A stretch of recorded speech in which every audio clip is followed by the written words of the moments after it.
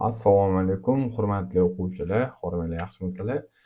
Bu darsimizda sizlar bilan SMS, ya'ni reklama orqali SMS olish uchun reklama nastroykalarni sozlaymiz. Xo'p, biz bundan oldingi darsda trafik maqsadida reklama yozgandik. Endi biza bu safar sizlar bilan SMS olish uchun foydalanishimiz mumkin bo'lgan maqsad bu vovlichonность.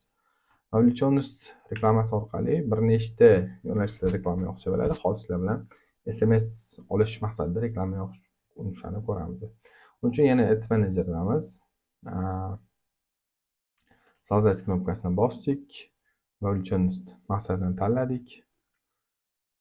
Xo'p, yana вручную qilamiz. Xo'p, endi bu yerga kompaniya nomini beramiz. Bizga yoqmoqchi reklamli kompaniyamizning nomini kiritamiz. Xo'p, bundan keyin guruhga o'tamiz, ya'ni auditoriyamizning nomi. Buni to'g'ri sozlash bo'yicha Telegramimda yozib qo'yganman. Qanaqa o'zi to'g'ri emas, nima desa bo'ladi, akkuratniy sozlash bo'yicha shablon yozib qo'yganman. O'sha kirib ko'rsanglar bo'ladi. Auditoriya nomini beramiz. Endi qaraylik, konversiya deyapti. Bu yerda nima qilamiz? Konversiyalarimiz har xil konversiyalar bor. Bu yerga mana birinchi turga messenjер для сообщения konversiyani qo'yamiz va endi so'rayapti, SMSni qayerdan kelsa SMS. Instagram Direct, bu Facebook Messenger. Xuddi ehtimol bilan biz o'chirib qo'yishimiz mumkin Messenger, chunki O'zbekistonda juda ham ko'pchilik foydalanmaydi Messenger. Biz asosiy e'tiborim Instagram Directga qaratamiz. Xo'p, результат сделал по результативности botga maksimal число переписок turadi va kunlik byudjetimizni belgilaymiz.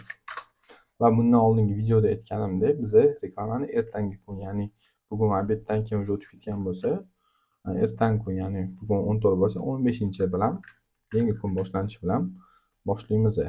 Xo'p, agar reklamamizni qaysidir kungacha davom ettirmoqchi bo'lsak, biz shu kunni ham belgilab qo'yishimiz mumkin. Ya'ni biz bir haftaga reklama yoqsak, mana 21-da 23/9da reklamamiz tugagan qilib qo'yishimiz ham mumkin.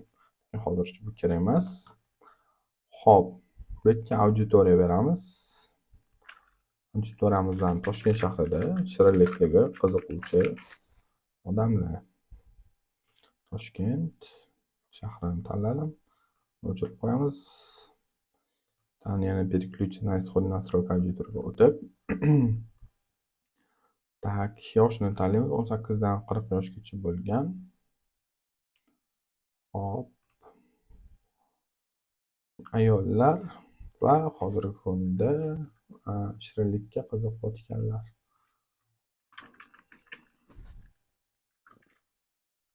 Sladkий вкус, dessert va konditorskiy izlaylar qilsak, mana shu narsalarga hozirgi kunda qiziqayotgan insonlarga reklamamiz ko'rinadi.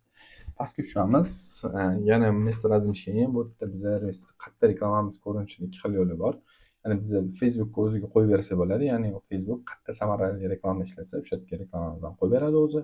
Yoki biz o'zimiz tanlashimiz mumkin. Ya'ni qayerda chiqishini o'zimiz tanlaymiz. Hozir biz faqat direct uchun reklama yoqayotganimiz uchun bu yerda Facebookga o'chirib qo'yganimiz ma'qul.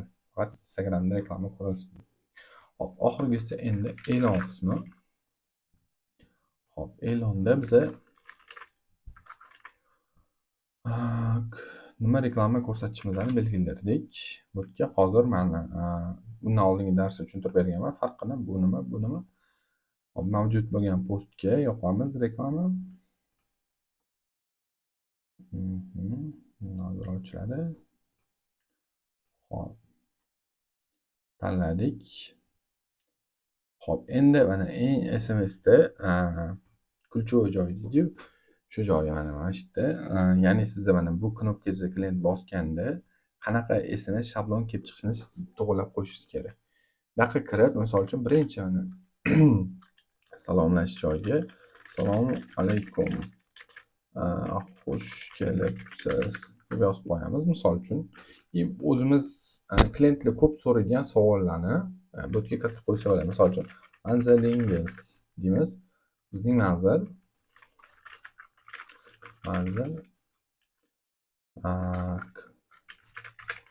deb misol uchun o'tir seli bo'ladi. Keyin Yandex xarita orqali deb Yandex ссылкаларni ham qo'yib qo'ysangiz bo'ladi. Ya'ni shunday mijoz mana shu knopkani bosganda manzilingiz degan mijozga SMS yuborsa, mana shu javob avtomatik bo'ladi. Pastga misol uchun mahsulot narxi qancha deb mahsulot narxini yozib qo'ysalar bo'ladi. 100 ming so'm deb mana shuni bossa, mana shu javob kelgan qilib qo'ysangiz bo'ladi va variantlarni ko'paytirsangiz bo'ladi. Saqlanch qilib saqlab qo'yamiz.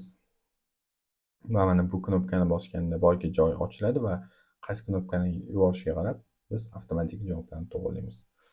Xo'p, bu maqsadda qanaqa ishlatsak bo'ladi? Ya'ni biz SMS orqali sotuvlar qilmoqchi bo'lsak, ya'ni mijozlarga o'zimizning kontaktini tashlab berish yoki mijozlardan o'zimizga kontaktlarni olib qolish uchun SMS shablonlarimizni to'g'irlab, ularga telefon orqali sotmoqchi bo'lsak, to'g'irlab qilsak bo'ladi. Va men Telegram kanalimga o'tsanglar, o'zi SMS maqsadida qanaqa sotuvlar mumkin, ularning hammasini ko'rsatib qo'yganman. Ko'rib tanib chiqsangiz bo'ladi. Xo'p, bizani mana SMS maqsadida yoqiladigan reklamamiz tayyor. Hozir bu yerga opublikovать knopkasini bossam, reklamam ishga tushib ketadi. Va xuddi mana Instagramda shunaqa qismlarda shunaqa reklamam ko'rinadi. Ya'ni lenta qismida, istoriya qismida knopkani bosganda xuddi shu men boyagi yasagan shablon bo'yicha ishlatishni boshlaydi. Hammalarga rahmat. Keyingi darsimizda biz endi lead maqsadida, ya'ni mijozlarni kontaktini olib qolish bo'yicha reklama ishga tushirishni ko'rib chiqamiz. Hammalarga rahmat. Keyingi darsda ko'rishgungacha.